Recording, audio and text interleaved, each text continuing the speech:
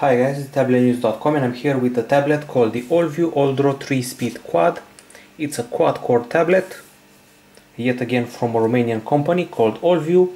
We have seen this device in prototype phase at Mobile World Congress 2013 and it shocked us to find out that it has a Retina display, a very crisp one by the way, and also 2 gigs of RAM and a quad-core CPU. So after testing the disappointing Eboda quad-core tablet that you saw reviewed last week, well, we're testing this quad-core model, the Allview Alldro 3-speed quad. It was launched in April and also its price is $358. So that's what you pay for a, let's say, reasonable quad-core tablet from Eastern Europe. Okay, now let's check out the design. It looks a bit like the iPad, that's the first impression, both at the front and at the back. It feels totally like an iPad. It has a strangely placed on-off button, so we got here the on-off button, and it's hugely easy to press it by mistake. Imagine that you're playing a game, let's say Asphalt 7, and you will keep pressing it by mistake or touching it with your finger. And also we have a home button here, once again very easy to press, so 2 strangely placed buttons here. This device actually looks better than the Eboda 4-core model. The bezels are more modest, they're smaller than the huge bezels of the Eboda tablet. Now let's see the ports and slots.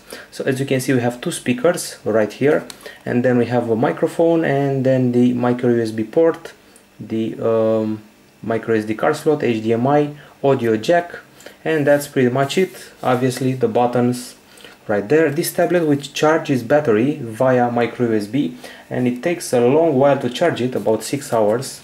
The case is made of aluminum, as you may have figured out already. It's pretty resilient, it feels pretty solid. This model is 9.6 millimeters in thickness and it weighs 669.7 grams. It has pretty good grip, and the front side has a bit of a flimsy feeling, as you can hear. Tends to creak a bit if you press it, so this plasticky area tends to creak just a little bit if you press it hard enough. Okay, now let's move on to the hardware and let's see what's inside this powerful device. Well, we have this beautiful bright display right here. This is a 9.7-inch IPS LCD screen with a resolution of 2048 pixels over 1536 pixels in format 4:3. This amounts to 263 ppi. This is Retina display level. Everything is colorful, it's beautiful, and it's very crisp. Especially the icons, you have a good look at them. You see that we're dealing with a pretty crisp Retina display. Other stuff worth mentioning is that this display offers 179 degrees viewing angle, and inside the tablet we can find the Cortex A7 quad-core processor at 1 GHz. It's the all-winner A31 processor, in case you're wondering. That's the identity of the CPU inside this device, and the GPU is the Power VR SGX 8-core. Pretty famous GPU, but one that dates from 2010, so is not very high performing. So Power VR SGX 544 8-core GPU. Continuing the specs list of the tablet, well, you should know that it has 2 GB of DDR3 RAM, and aside from that we get 16 GB of flash storage, also a micro SD card slot capable of supporting up to 32 GB of extra storage. There's also Bluetooth, we've also got Wi-Fi available here, and of course cameras. We have a 2 megapixel front camera here, and at the back also 2 megapixel camera. By the way, this tablet is actually a Chinese tablet that has been rebranded. It's actually the Onda V972 model with a Romanian rebranding. So that's pretty much it. That's the real identity of the device. And speaking of specs, I must end this hardware analysis with the battery. We're dealing with an 8000 mAh battery, 3.7 volt lithium polymer unit. On paper it should provide you with about 240 hours of standby time and about 4 hours of regular usage. In our tests we've reached 4 hours of usage, continuous usage, or 3 hours of gaming, but with breaks you can reach 5-6 hours. The battery inside will charge in about 6 hours which is a bit of a bummer and a bit underwhelming. Okay, time to test the audio experience. Once again, these are the speakers and this is the audio jack. Let's turn the device in landscape. Okay, now I'm going to access the gallery and play a little tune for you. As you can see, we don't have volume buttons on the device, a big important aspect. We only have these virtual volume buttons. Bit of a bummer. In some applications, in some games, you will not see these buttons and you won't be able to change the volume. So let's listen to some music using the 4K video player. This is a video downloaded from the web. Let's listen to it. A free download.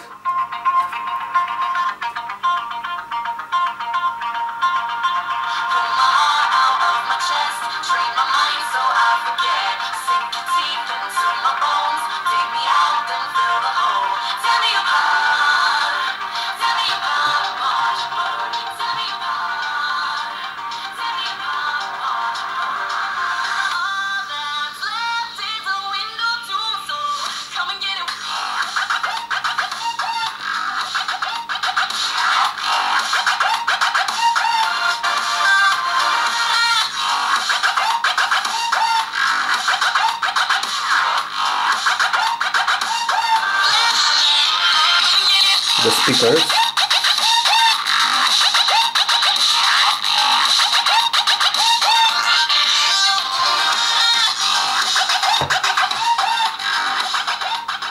Okay, now it's time for the conclusions. As you can hear, the volume is not that loud. I was expecting a bit more, and there's a slight distortion, especially a distortion of the voice, as you heard earlier, but the bass is good, and sadly the volume is weak. However, if you plug in a pair of headphones, you'll witness an excellent acoustic experience that really makes this tablet worth your while. So if you plug a pair of headphones that are actually decent, you'll hear great bass, great volume, great everything, but the speakers here don't have great volume and they tend to distort the voice. By the way, there aren't any bundled headphones with this device, sadly. Now, as far as the video playback is concerned, this tablet comes with a bundled app called 4K Video Player, and as the name says, it's supposedly able to play 4K video content. As you can see, we have a cool preview mode that reminds me of the Samsung Galaxy devices and their preview modes. So let's get straight to it. I'm playing right now an MP4 Full HD file. So let's go full screen if possible. Here we go. This is done to showcase the video playback ability of the tablet. As I said, it has a Retina display. And I have to say that the colors are truly fantastic. As you saw earlier, the text is very crisp and so are the icons. By the way, we also have great viewing angles. So you can actually see what's happening on the screen even if you tilt the device. Once again, very vivid colors and huge resolution. For such a price tag is actually a nice thing. This is an IPS LCD Retina display. It doesn't handle sunlight that well, so it's more of an indoors tablet than outdoors. And the brightness, frankly, could be just a bit bigger. So let me turn it all the way up. This is the maximum brightness.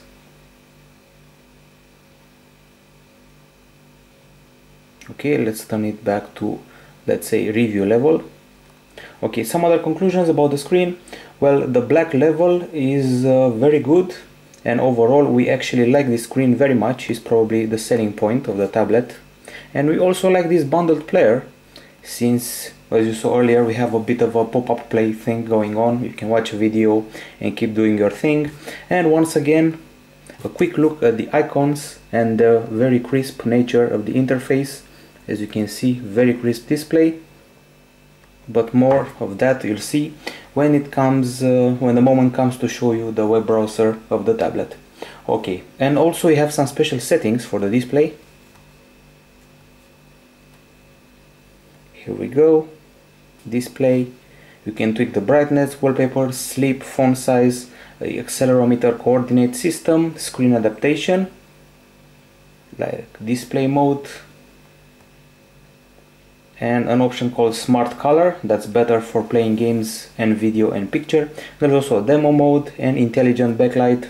All of them can be activated straight from the settings area. Okay, now it's time to test the camera, so let me show it to you. Here's the back camera of the device. You can see it right here. It's a 2 megapixel camera. Don't expect much from it. There aren't that many people taking pictures with a 10-inch tablet. Okay, so we got this little plane right here. I'm going to start the camera. As I said before, we have a nifty custom user interface that Allview offers with some interesting options. I'm trying to get the plane right. Okay, so some of the options here: continuous snap mode, normal, continuous and fast snap, a bunch of snap modes as well. We have panorama available here and some effects that we can play with: posterize, slow-mo, black and white, negative, duotone, or simply normal. And then come the main options like exposure, white balance, fixed time, picture quality, superfine, fine or normal, face detection, store location, grid, sound, or you can just restore the defaults. Of course, you can also take a video. Once again, a lot of options to play with: time-lapse interval, 720p capture supposedly, exposure, saving location, and all that. Just for the sake of the review, let me take a picture of the plane. Obviously, it's pretty blurry, as you can see, and noisy, but once again, it's a 10-inch tablet with a 2 megapixel camera. What did you expect? I like the fact that we have a huge amount of options, which is very impressive for a tablet, and you actually don't expect that. I also like the way Allview has customized the interface instead of leaving it alone, as some tablet makers usually do. Okay, now as you probably know already, this device with a Retina display, well, it runs Jelly Bean, so it goes on Android 4.1.1, and as usual I have a batch of benchmarks prepared for you in the gallery. So here we go in the screenshot area. I decided to compare this quad-core tablet, the Allview Alldro 3-speed quad, with the Iboda XL400, another Romanian quad-core tablet, and also compare it to the Asus TF700, a quad-core tablet from last year, pretty powerful one. Okay, so let's go. In quadrant, we scored 3042 points. We beat the Iboda XL400 by 30 points, so we're in the same neighborhood, but we scored below the Asus TF700 by about 1600 points. And then comes the Antutu benchmark. It's actually pretty impressive. 10,491 points. I have to remind you that the Iboda quad-core tablet failed that test. It didn't work on the tablet. And the Asus TF700 scores 12,000 points. So once again, pretty reasonable. And then comes Nenamark. Pretty good performance here. We scored 40.9 frames per second, but the Iboda scored 42. Once again, it's the display that's pulling down the result. As you can see, the resolution is huge. 2048 over 1440. That's the resolution recorded by this application, so 40.9 frames per second, while the Asus tablet scored 34 frames per second. And then comes Velamo, where we scored 997 points, and we beat the Iboda tablet, but we scored below the Asus tablet that scored 1200 points. And then comes the most relevant test of all, and the most impressive score of all, 3D Mark, 4224 points. We beat the Iboda tablet by 400 points, and we even beat the Asus tablet by 100 points, which is very impressive. And once again, I have to say that I'm pretty impressed by this tablet in spite of its low price. Okay, so we also got Browser Mark here with a modest performance, meaning that it's pretty bad. 1294 points, about the same level as the Iboda XL400. So if we judge by 3D Mark, which is the latest benchmark and the most relevant, this is a high-powered tablet with a good GPU and a pretty decent CPU and an excellent screen. Obviously, we cannot forget about the browsing experience. So here we go. This is the standard web browser from the tablet. This is its comfortable QWERTY keyboard. And now let me access Tablet-News.com.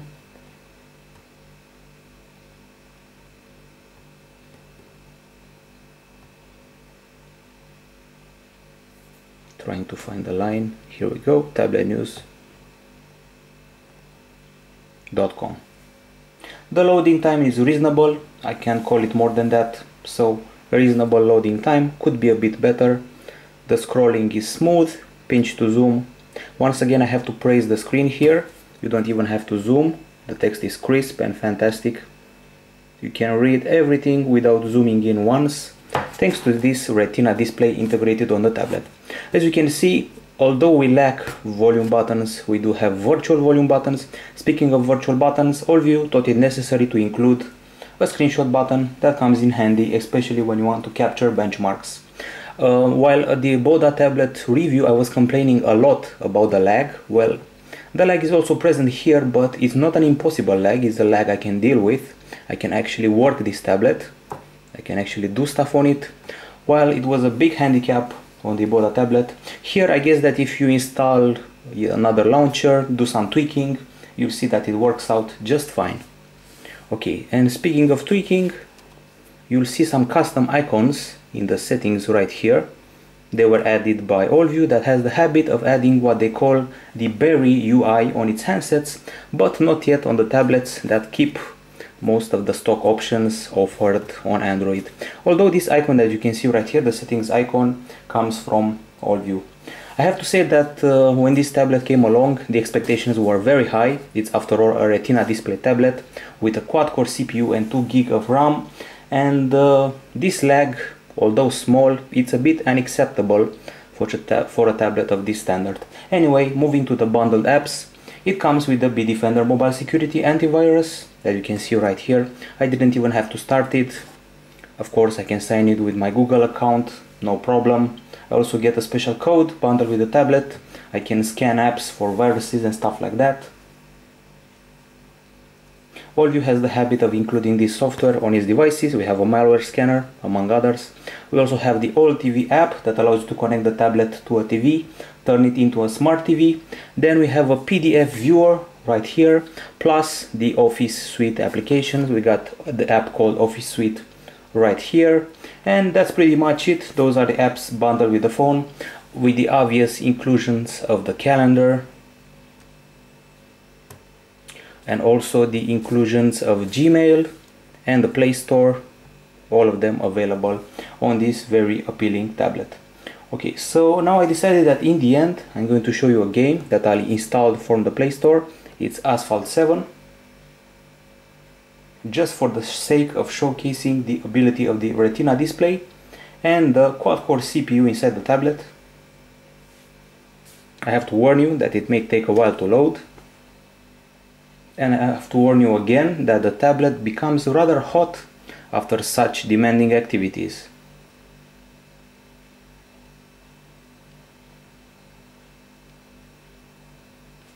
Here we go, we can touch the screen to continue. Didn't take that long in the end. Going to do a quick race just to showcase the graphics of the tablet. Although the CPU scored nicely in Nanomark, I have to say that I was expecting much better graphics from this tablet. I have to be honest with that. I just feel that the cars could look better. I've seen them look better on other devices. So let's choose the small Fiat and continue and race.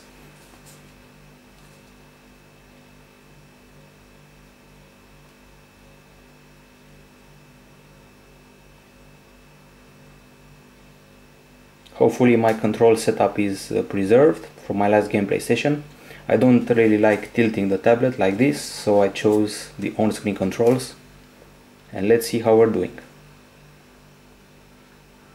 And let's turn up the volume.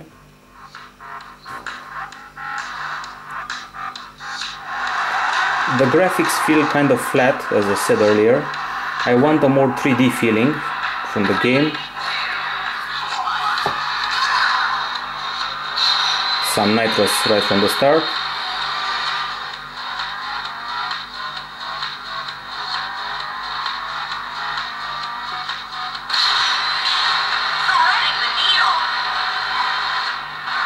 There's also a slight lag that you can feel throughout the race. Also, my cornering is not the best.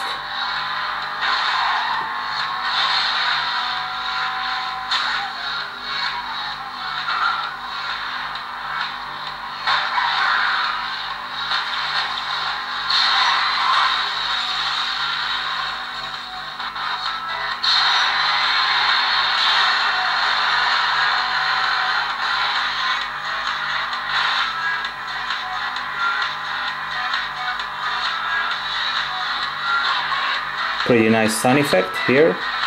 Although once again I have the feeling this game could look just a bit better.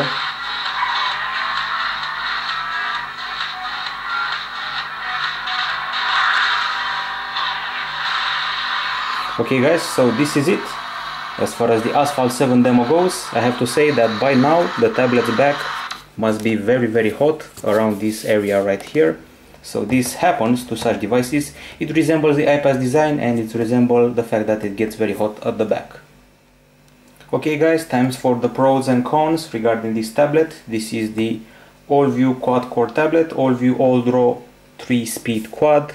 It's one of those quad-core tablets with a Retina display and also 2 GB of RAM, and also a price tag that's actually pretty reasonable. And now, as I said, I'm going to talk to you about the pros and cons. First of all, on the pro side, we got the iPad-like design. As I said earlier, looks like an iPad, doesn't quite feel like one, but at least it looks like one.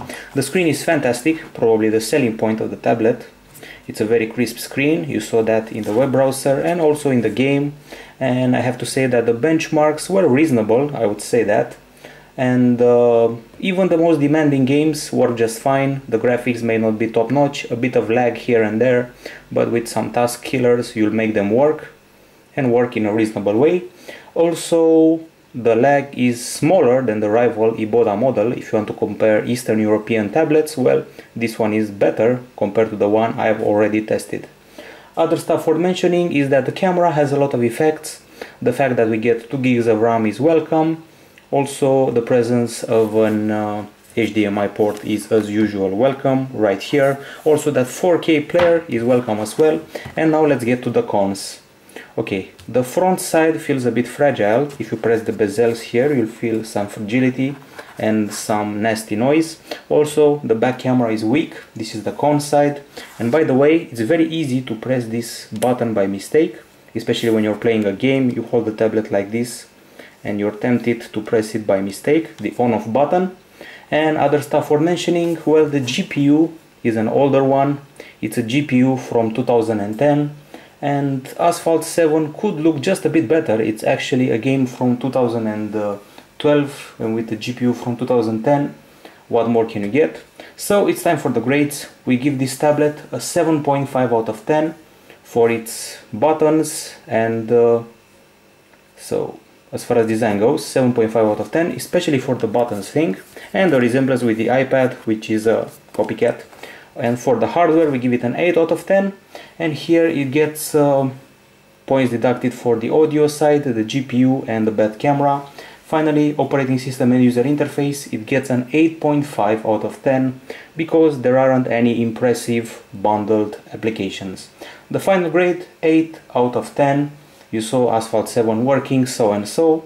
And you saw the fact that we have a very crisp and very nice display. And one last thing, the tablet takes a very long time to charge its battery, about 6 hours. That goes in the cons section. So in the end, a tablet that gets 8 out of 10 from Tablet-News.com. Bye bye.